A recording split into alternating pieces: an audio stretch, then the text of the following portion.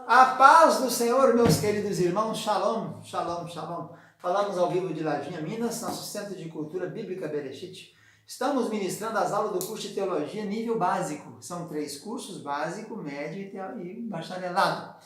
E é o Seminário Teológico Tabernáculo cuida do básico, Bereshit cuidando do médio e a Faculdade Livre cuidando do bacharelado. Ajunta os 3, requer o exame de proficiência. Se tiver 2º grau, matricula no curso superior de teologia para fazer com maior rapidez, aproveitando a carga horária desses cursos nossos aqui. Nós estamos ensinando teologia nível básico, 36 matérias, divididas em 6 blocos de 6 matérias. Essa aula é Teologia Geral 2, ela quer dizer deontologia, estudo de Deus, teologia pura. E essa é a segunda fase. Na segunda fase, estamos estudando a Trindade até agora. São 11 aulas, estamos tratando da Trindade. A primeira falando da introdução da Trindade, mostrando que existe Trindade na Bíblia. Façamos o homem, confundamos o homem, desçamos, quem irá por nós, e Elohim, né? Depois falamos dos fundamentos, depois começamos a falar das analogias, e depois as heresias, as seitas, as heresias que surgiram tentando derrubar a Trindade. Modalismo, arianismo, subordinacionismo, adocionismo de Teódoto, a cláusula filioque, que acrescenta aí o filho. E depois vimos a importância da Trindade, o perigo de pensar que é 3 deuses, triteísmo. E na aula passada, a última que nós tivemos, falamos sobre as diferenças, funções e a existência da Trindade. Nessa aula de hoje, que eu acho que vamos acabar a Trindade por aqui, falaremos sobre a relação, a compreensão e a aplicação. Primeiro, a gente precisa entender que para entender Trindade, esse conceito, para nós mentais humanos aqui, é muito difícil. A gente não consegue entender como é que pode ser 3 deuses, ser um só, e há um só Deus e 3 deuses, é muito difícil. Vamos entender só na eternidade. Mas então vamos lá. Relação. É importante afirmar que cada pessoa é completa e plenamente Deus.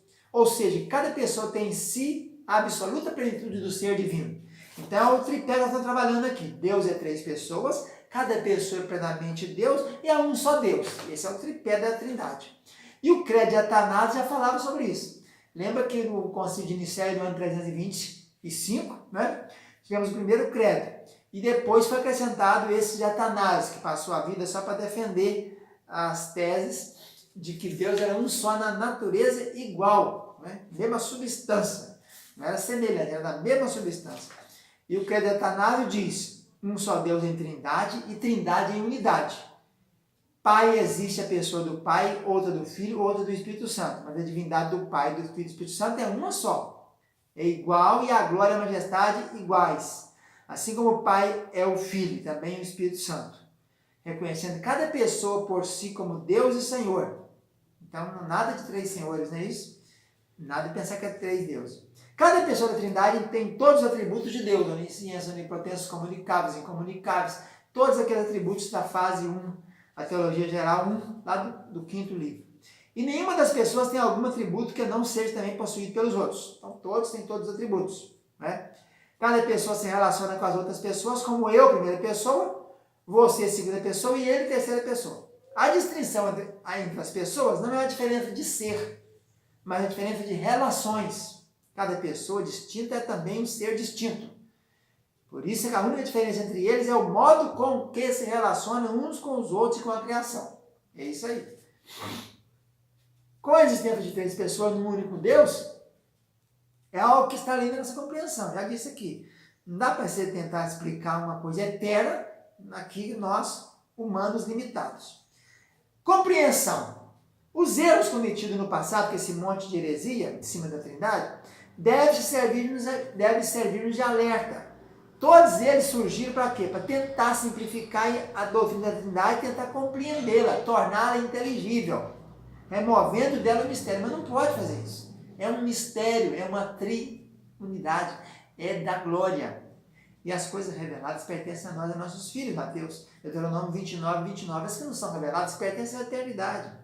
Certamente podemos compreender e saber que Deus é 3 pessoas e que cada pessoa é plenamente Deus e só há um Deus. É o pilar. Os pilares, o tripé.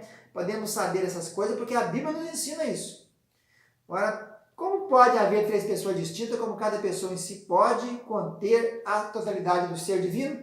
E como, apesar disso, Deus é um ser único indivíduo? E isso nós não somos capazes de entender, nem compreender. Então, dizer que Deus é 3 pessoas e Deus é uma pessoa é algo que não conseguimos compreender. E, portanto, um mistério para a eternidade.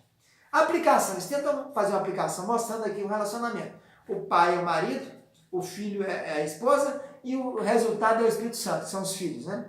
É a maneira de tentar fazer um paradigma, tentar fazer uma comparação aí, né? E na unidade do casamento a gente pode ver isso. Então, vamos ver aqui, o papel do marido é análogo ao de Deus, que é o papel da mulher é análogo ao de Deus Filho. O marido é o cabeça, então Deus é o cabeça. A mulher está subordinada, né? Mas Jesus estaria subordinado, não hierarquicamente, mas na modalidade de fazer, na função. E a data do casamento são os filhos, que seria tipo então do Espírito Santo, sujeito à autoridade tanto do pai como da mãe. Por isso tem a cláusula filioque, né? Que o Espírito Santo é também vindo do filho e do pai. Primeiro é só do pai, depois colocou e do filho, que é a cláusula filioque. Assim devemos também reparar que o desígnio divino na história do universo é muitas vezes exibir unidade na diversidade e assim revelar a sua glória. No final, todo o universo participará dessa unidade de propósito, com cada parte distinta, contribuindo para o culto de Deus Pai, Deus Filho e Deus Espírito Santo, conforme Filipenses 2, de 10 a 11. Então, embora venhamos a compreender plenamente o mistério da Trindade, podemos adorar a Deus pelo que Ele é, tanto nos cânticos de louvor, quanto nas nossas palavras e atos, pois refletem algo da excelência do caráter divino. Embora que nós jamais vamos compreender, né? Embora jamais vamos compreender o mistério. Porque é um mistério, e mistério se revela na eternidade. Então, eu acho que com essa aula aqui, nós findamos as aulas sobre Trindade. Agora vamos continuar nossas aulas de teologia geral, mas agora já falando de outro assunto. Na próxima aula, iremos abordar uma outra parte da teologia geral, falando ainda sobre Deus, né? Que é a providência divina. Fica na paz, tchau, tchau.